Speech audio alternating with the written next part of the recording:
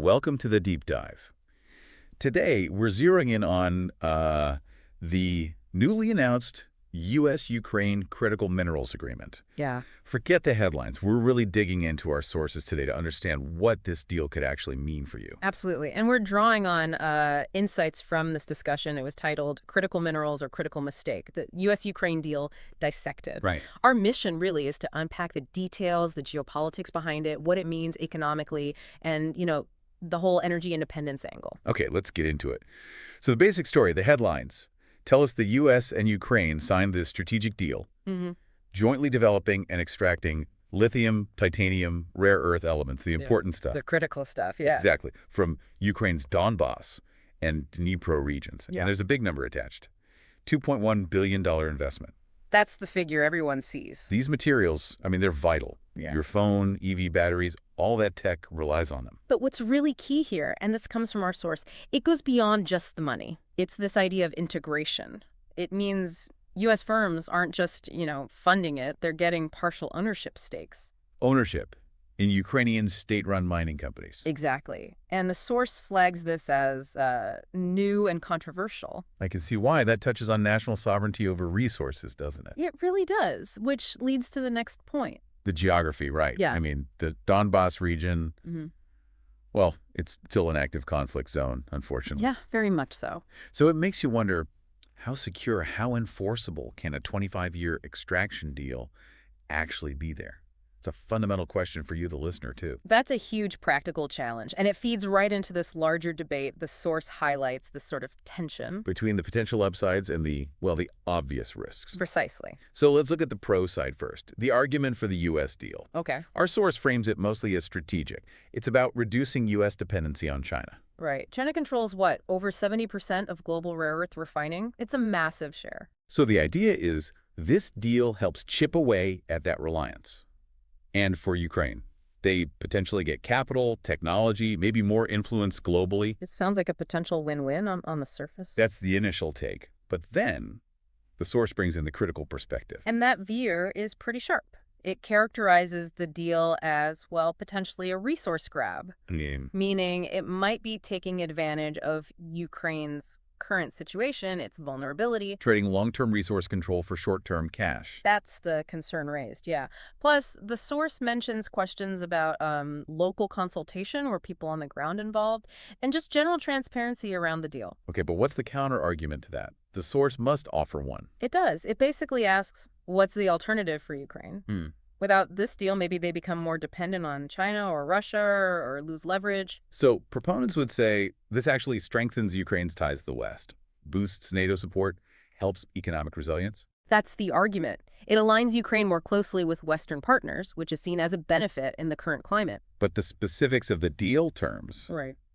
that's where it gets even more complex, according to the source. Right. This is where the details really matter, like the export rights guaranteed to U.S. companies. So Ukrainian resources, but U.S. firms have the main right to ship them out. That's what's reported. And then there's the suggestion that profits might not even flow directly into Ukraine's budget. How so? Offshore tax structures, potentially. So the revenue bypasses public finances. Wow. Okay, I can see how that fuels criticism. The source mentions accusations of modern colonialism. Modern colonialism, yeah. Very strong language. And it stems directly from those concerns about the terms. Which brings us to how others are seeing this. China, for instance. Their reaction. Predictably negative. The source notes Chinese media calling it a resource hijack by Washington. A hijack.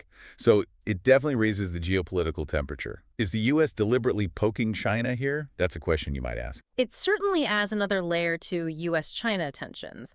And the source brings up an interesting contrast. An approach. Yeah, how China often operates. The podcast discussion pointed out that China frequently invests in infrastructure roads, rail alongside resource extraction. Right, you hear about the Belt and Road Initiative project. Exactly. And the concern raised is whether the U.S. focus here, which seems more purely on extraction, will build the same kind of long-term public trust in Ukraine. That's a fair point about local perception. But the source also provides a counterpoint on China's deals, doesn't it? It does. It reminds us that Chinese deals often come with, let's say, significant strings attached. The debt trap diplomacy argument. That's the term often used, yeah.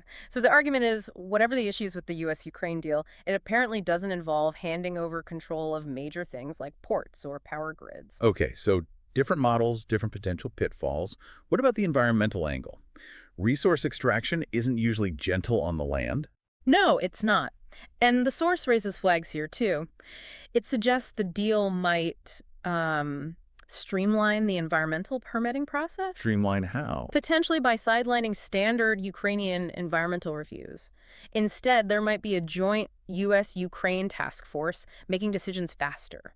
Expedited permitting, which, sound efficient, but could mean environmental risks get overlooked. That's the potential danger highlighted, yes. Less oversight, perhaps. And all this is happening because the West really needs these minerals, right, for the energy transition. Absolutely. Lithium, rare earths, they're essential for batteries, wind turbines, everything clean energy relies on. And Ukraine's location is key, too, especially for European supply chains. Geographically strategic, yes. So you can see this as part of a bigger global race, really. A race for dominance in clean energy resources. As we sort of wrap up the different facets here, the source offered a pretty pointed concluding thought. Yeah, this idea of a potential double standard. Explain that. Well, the source suggests that when Ukraine desperately needed weapons and military aid, that support often came with conditions, right? Strings attached. That's often reported. But now, when it comes to getting access to these incredibly valuable minerals, it seems like maybe there were fewer conditions imposed on the Axis itself. That's the perceived inconsistency. That's a provocative thought, but there was also a more optimistic take offered. Yes, definitely. The idea that, look, if this deal is structured fairly, if it's transparent and benefits Ukraine properly, then it could actually be a major pivot point for the country. It could elevate Ukraine to become a really crucial player, a clean energy keystone in the global shift. A keystone. That's a powerful image. So it could go either way, really. It seems so. And this whole deep dive, looking at the U.S.-Ukraine deal through the lens of our source, it really lays bare how tangled geopolitics, economics, and resources are, which leaves a big question for you, the listener, to think about. What are the long-term effects of these kinds of resource deals? On national sovereignty, on global power balances, especially now, with this urgent need for clean energy materials. What are those unseen consequences, right, when nations compete for what's under the ground? Exactly. What ripples does this create? It's definitely a lot to consider. We hope this dive into the source material gave you some useful perspectives. Keep thinking critically about these connections. Thanks for joining us. Thanks for tuning into The Deep Dive.